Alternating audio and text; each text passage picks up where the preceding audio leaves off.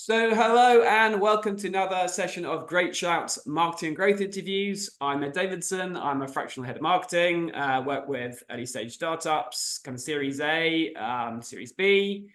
And these sessions are moving to work with marketing experts and growth leaders who have been through the process of taking a startup into a scale up and all the difference and variations in marketing and growth. These are warts and all interviews, so we'll get into the depth and the detail here. And this session, we're pleased to meet Andy Lambert. Andy, welcome. Hey Ed, how you doing? Good, thank you. Good. So I've known Andy for a while now. He started roles at Intercool and Tektura and really kind of focusing on a kind of sales element there. So he's got a good background in terms of the growth of sales. Then moved to Content Cal, and he was one of the founding team there, looked after all the commercial elements of the business, and we'll go into a huge amount of growth across a range of channels. And the business was sold in 2022 to Adobe. So Andy moved across there and is in a senior product role there now.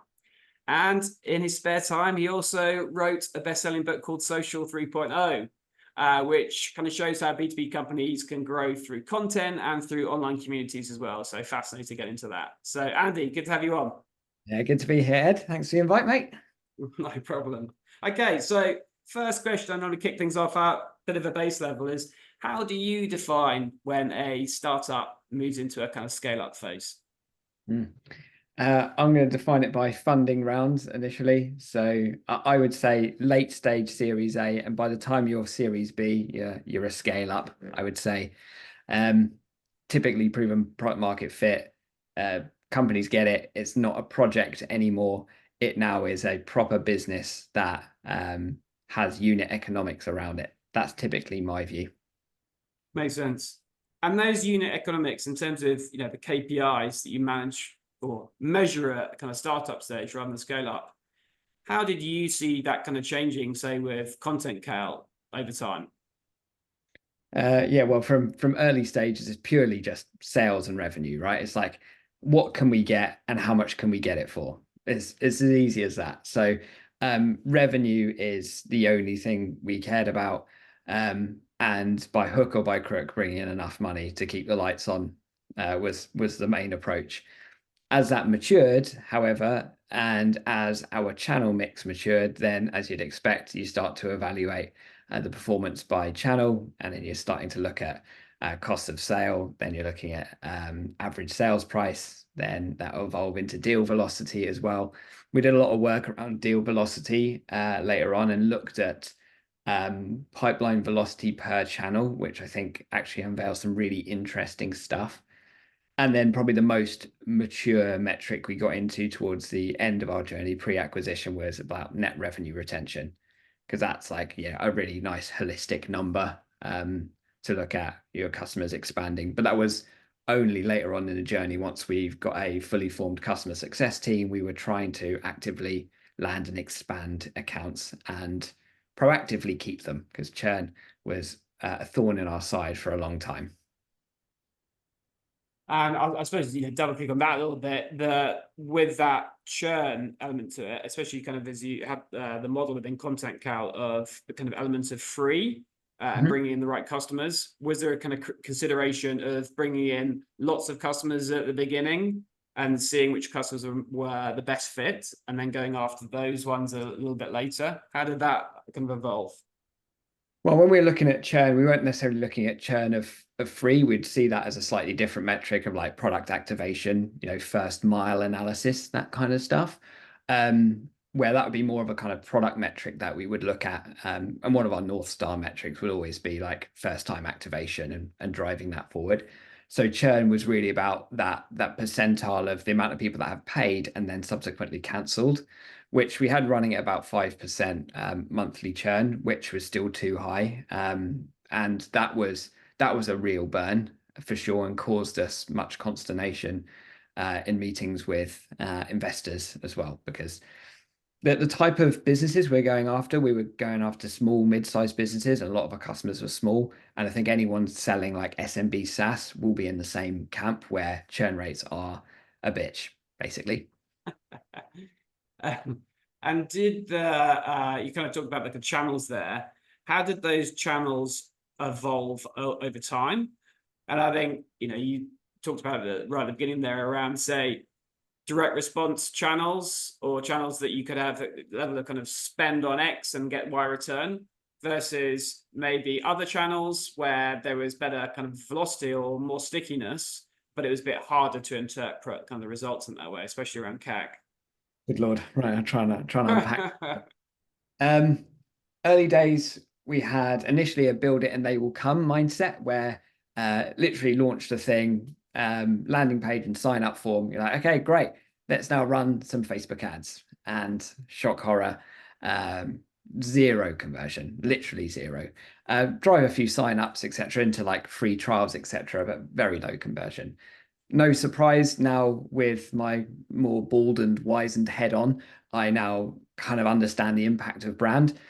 But coming from a sales background, I was just like, all I knew in sales is like direct response, go do something and get a sale. So that's the digital version of sales ultimately. That being said, like sales was still our first go-to-market thing.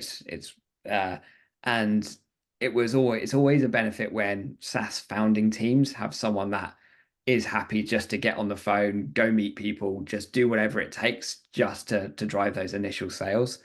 Because now looking at this with the benefit of hindsight, you can see that the personal brand at that stage was the thing that was really going to start like shining through. We'll pick up on that a bit later on. Mm. So this was a lot of like cold email outreach, buying lists, emailing, like mass spam attack. Honestly, like there's things that most marketers would be like, dear me, dear me. But we've all been there.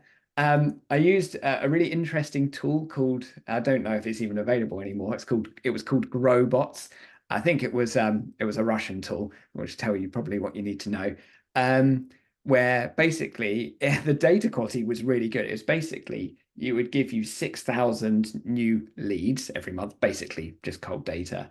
And you could set up your email cadence and it just kind of bang out like a three-step. I would choose a three-step like email cadence over 2 weeks to try and book meetings. That was incredibly effective for the cost, for what it cost us. Like cold, you can't deny email is still brilliant, especially in the early stages. Yeah, there's a lot of hit and hope to it, but there's honestly nothing that compares to the thing that will get you in front of people in those early days, and those early stages. Then that evolved. I used another tool, of which is probably tell you a lot about my early days growth tactics, but now with post acquisition, I can share all this stuff. Used another tool which is questionable in its gestation. It's called Linked Helper. Nothing grew my LinkedIn quite like it, to be honest with you, in like sending automated DMs and connection requests. There's a few of those tools out there. Got my LinkedIn banned once because of how heavily I used it. So that stopped me from using it, it's fair to say. But those like building my network, so that automatically built like, I think I grew from 3,000 to 9,000 connections over the course of a month.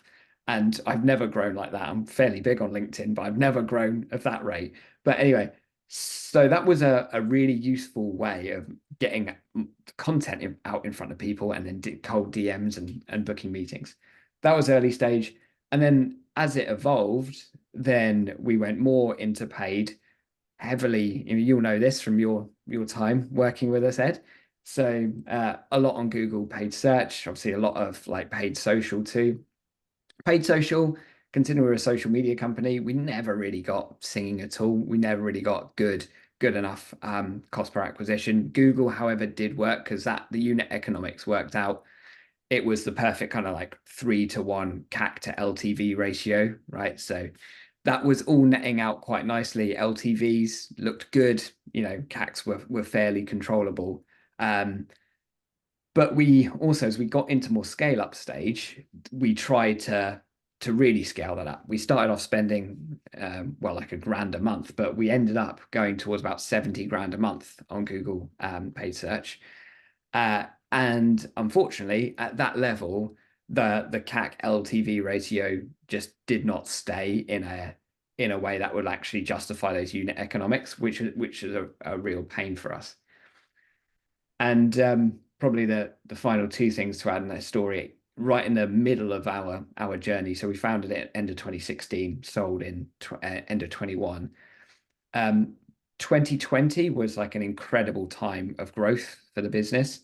And we went hard into like educational content, like set up a bunch of things we called short courses. Like we ran them all on a product called Teachable, lots of little short courses to help people understand marketing and social media better. And our webinar series was probably like the star of our content show, and it became like the cornerstone of our content strategy.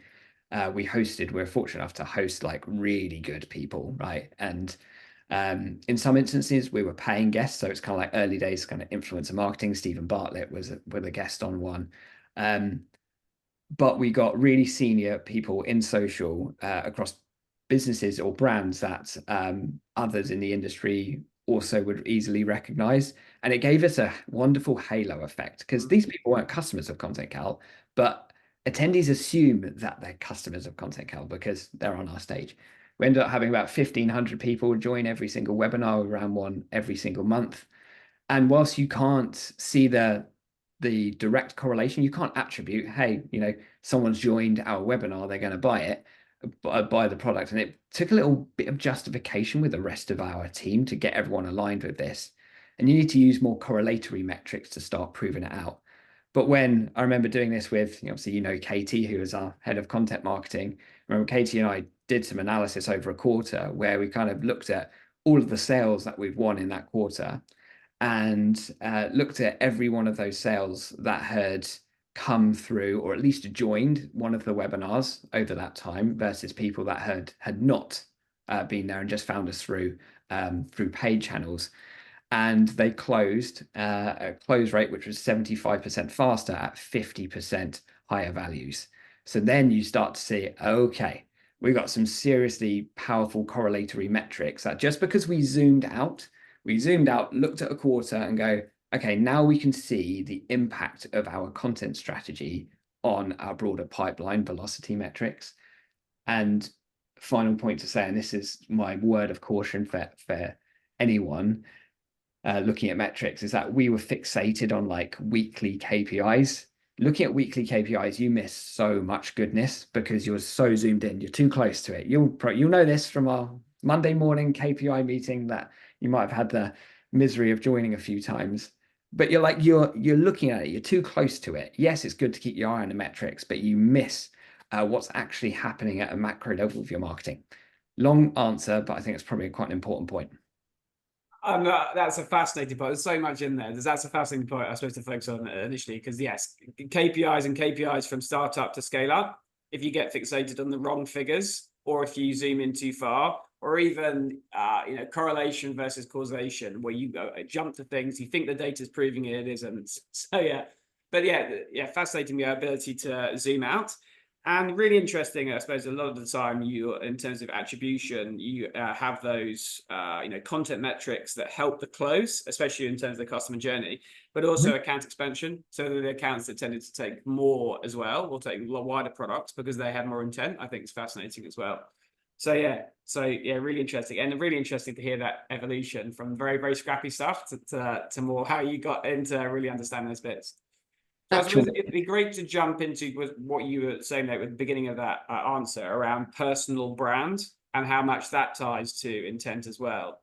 Because you definitely, you built up a personal brand there that was tied to Content Cal. There were other members of the C-suite that did that as well. How did that play? And that's the first part of the question. I suppose the second bit as well, great to go into, was when do you separate the personal brand from an organization as well, if it gets to a certain stage where it's not as relevant? Does that make sense? So it'd be great to understand both points and both angles. It does. All right. So the personal brand thing is more of a accident. It's one of those things in hindsight you go, oh, okay, that's probably what was happening here, where I wanted to post on LinkedIn to all of these new followers that I've got through my slightly dubious LinkedIn tool. I needed to share some stuff because I wanted to book meetings with them, right? So, but over time that then evolved as an opportunity for me to start voicing the things that I was learning from other customers and meetings, etc. And it also then, as it evolved, became like the perfect place for us to take all of the webinar content, cut that up into little social first snippets and start using that on LinkedIn, which really helped grow because naturally it just became a wonderful virtuous cycle. Lots of people would come to the webinar, we would all reshare the key snippets from that. And essentially, our job was to try and create us all into like social media thought leaders. Still was a bit of a job to get our sales team into it, right? So this whole kind of employee advocacy thing is still a bit of a tough sale, but we were on that journey. So we had, personal branding isn't just for the C-suite. It's probably the thing I would say. It's also for other members in the team as well. And the more you can do it, the more powerful it will be. And I have shared this example before, but it's worthwhile repeating. How you know it's working. One, you can feel it because the sales team, and this I think is a really important thing. I was I was a bit of a bastard to the sales team sometimes because every week before the KPI meeting, I would look through all the deals that were closed, probably slightly micromanagement-y, but hey, all this stuff matters. I would look at the lead source and where that deal came from. And commission would be held back from the sales team if they hadn't completed that and they couldn't tell me exactly where that person had heard about us. And the reason that's so important is that because lots of people will just say, oh, I heard about you online or social or Google, whatever. But I pressured the sales team to go like, actually, how did you know? I appreciate you found us on Google, but what made you Google us? And then that is where all of the gold is. I'm like, you need that data in HubSpot. If it's not in HubSpot, you are not getting paid on this deal because it's so crucial. And it's only then because I was so militant with that, when I'd look through the lead sources on a Monday, I'd be like, oh, they had seen me on a podcast, or they had watched Alex, who was our CEO, give a talk somewhere, or like they'd been on a webinar. You're like, told you this shit was working. Like, but you won't see it in attribution software unless you really go looking for it. So that's what's so important. And I remember we closed our largest RFP with a university. And I asked the person at the end of the deal when it was all signed and sealed, because we kicked a big incumbent out. So it's David versus Goliath. I was like, why did you choose us? He's like, I mean, yeah, the product, the UI is better. But also the other fact is like, we believe in you. We feel like we trust you and we know you. Yes. Yeah. I was just going to emphasize that point, trust and know, right? How powerful those things are, especially where you're, working with data or as a SaaS component that ties in, or the sensitive information that you're trusting with the tool. That's massively important. And that goes back to the people associated with the business. Yeah. That is everything, trust is at the foundation of all buying decisions. So, and eyes earn trust. So that was everything. And like the separation piece, I probably haven't got a very good example of it, to be honest with you, because we and anyone who was doing this were like living and breathing the kind of messaging here, because we cared about social, we cared about marketing. That's kind of what we spoke about.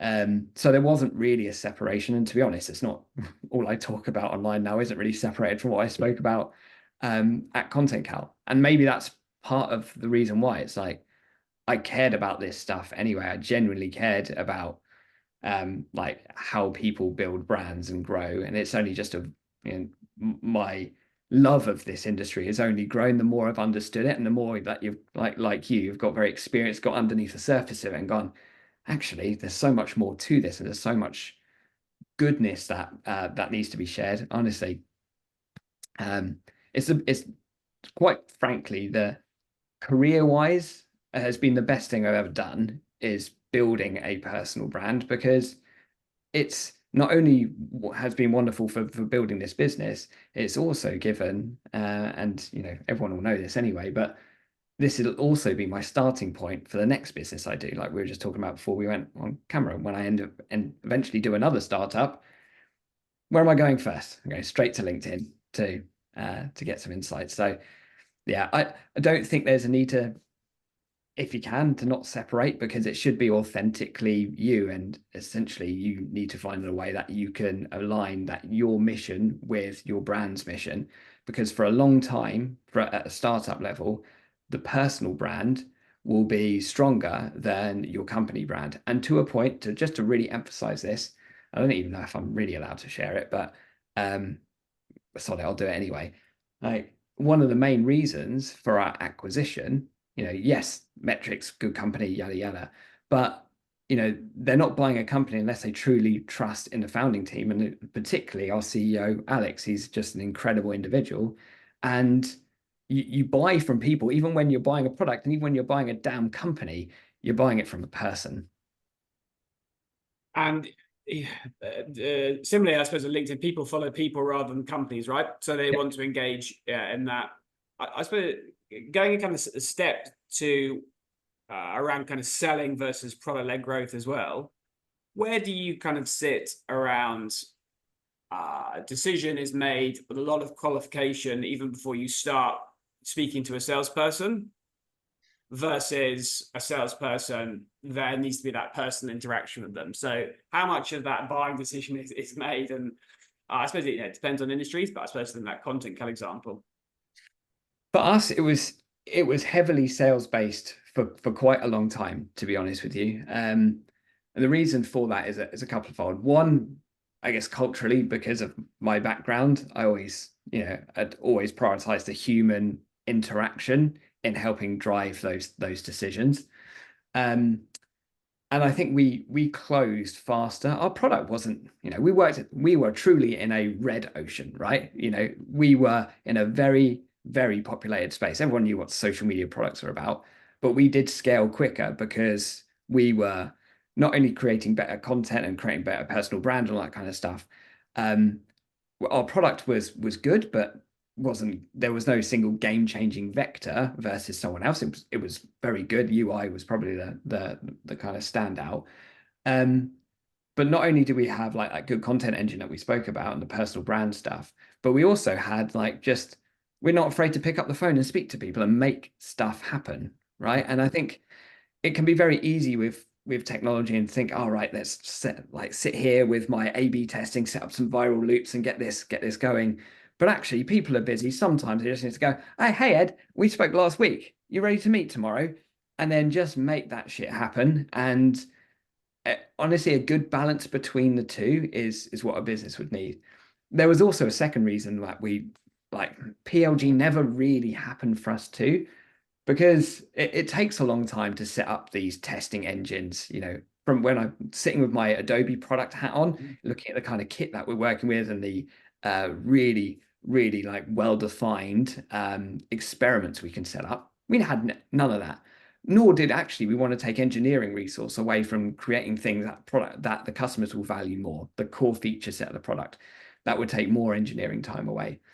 And equally, it needs a data analyst. I can read reports and discern some insights from it, but I am no data scientist. To run those good experiments and truly understand the meanings and what statistical significance actually means, you're going to need a data scientist to really make PLG work and all of those viral loops and A/B test work. That's my perspective, because probably we were too stupid enough we weren't bright enough to have all those experiments and have the good quality people. We just basically bulldozed our way into getting it done. Yeah, I don't know. No, I think the other point of that as well is that you have a well-oiled sales team as well, right?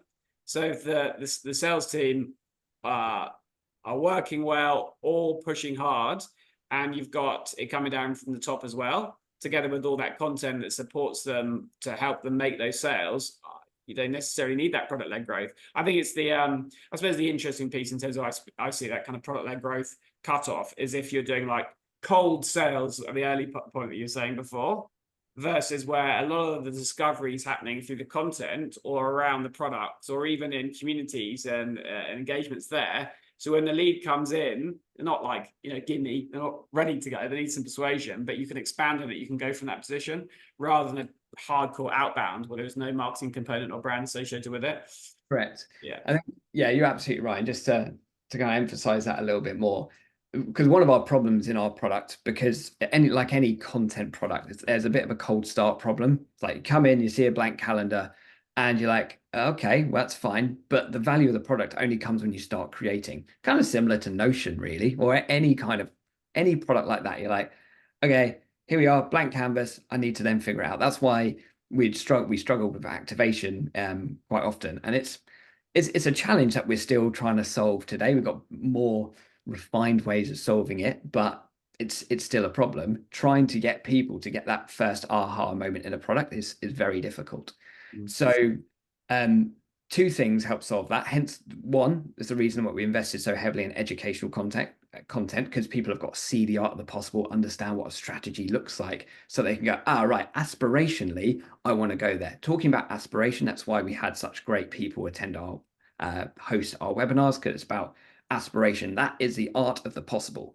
That's what you want people to see. This is what could be. Today, I'm looking at a blank canvas in a product, but actually it could be this.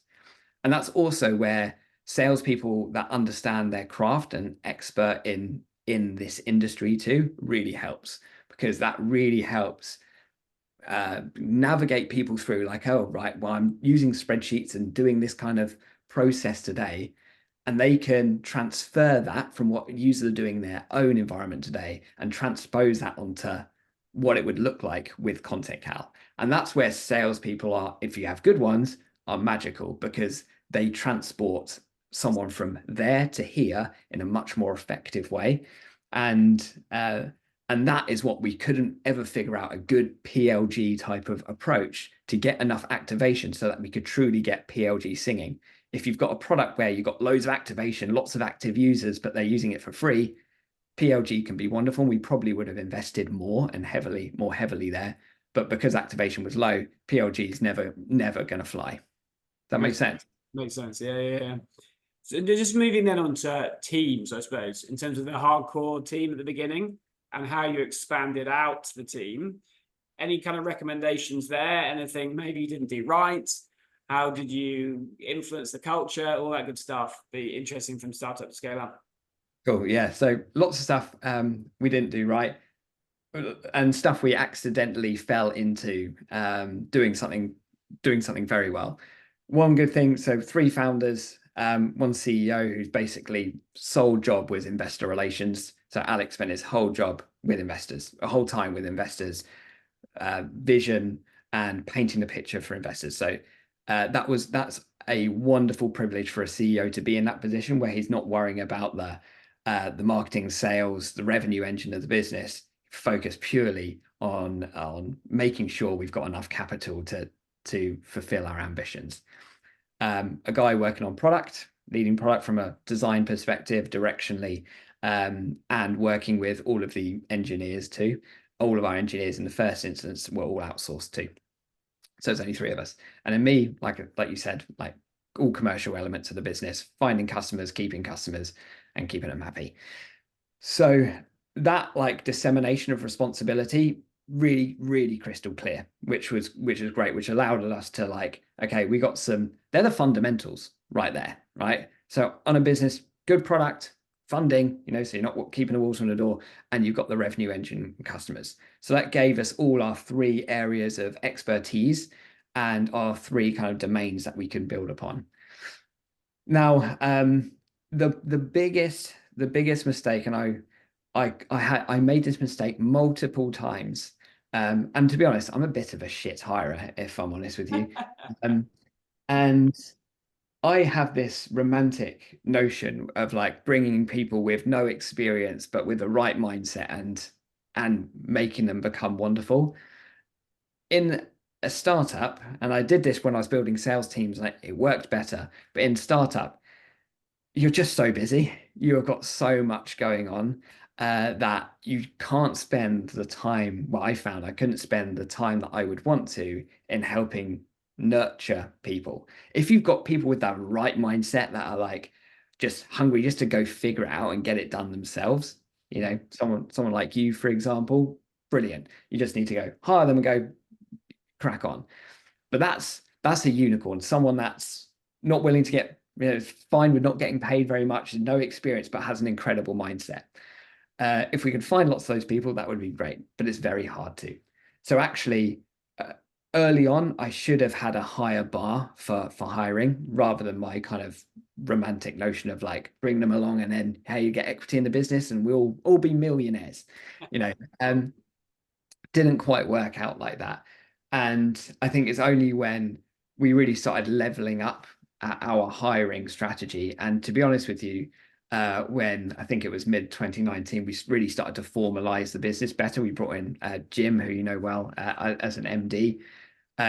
Jim is like we all described him as our business dad, because he brought that level of like maturity coming from Experian. We all three of us, like, we were making it up as we went along.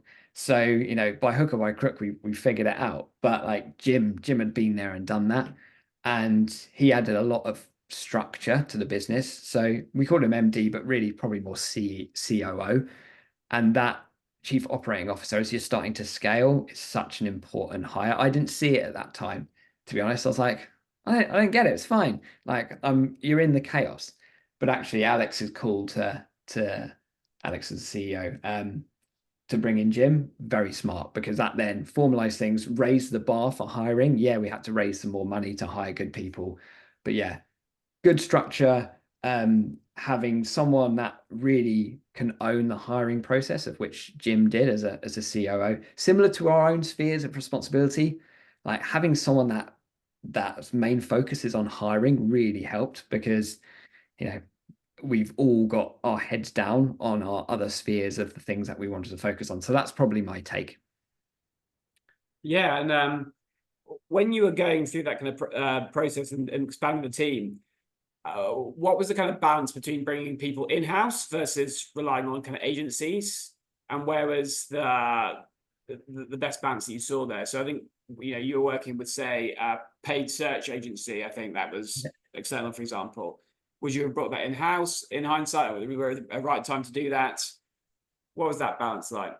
Yeah, good question. So a lot of paid search worked better when we outsourced it, to be honest with you. So in the early stages, to get that model proven. So agencies work really well when you give them a kind of defined brief.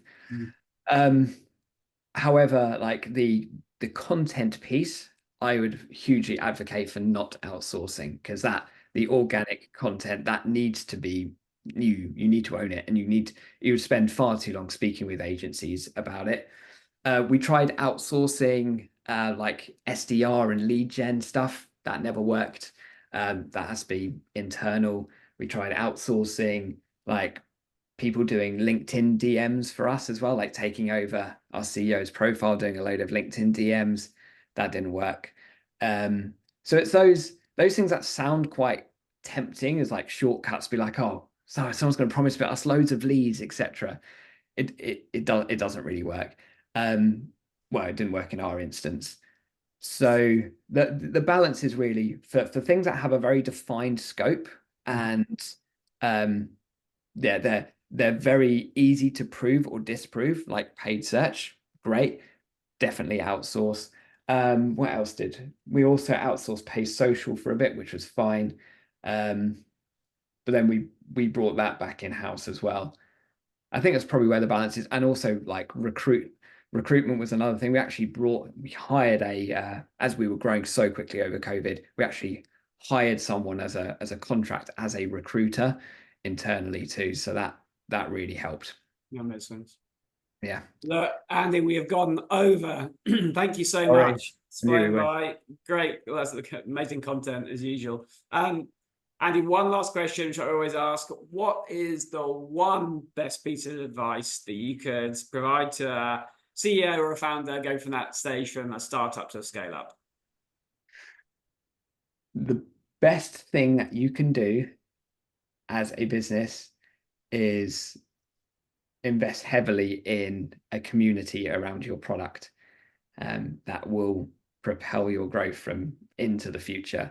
And when I say community, I mean affiliates, I mean ambassadors, I mean influencers, and I mean making champions out of your customers as well. So all of those elements that really allow other people to share the goodness and get the word of mouth of your business out there, that will change the game. And very few businesses truly understand how to do it properly, because very few businesses understand how to measure it properly. Yeah, makes sense. Well, look, thank you so much. Thanks for your time, Andy. And thank you, everyone. And I'll see you at the next session.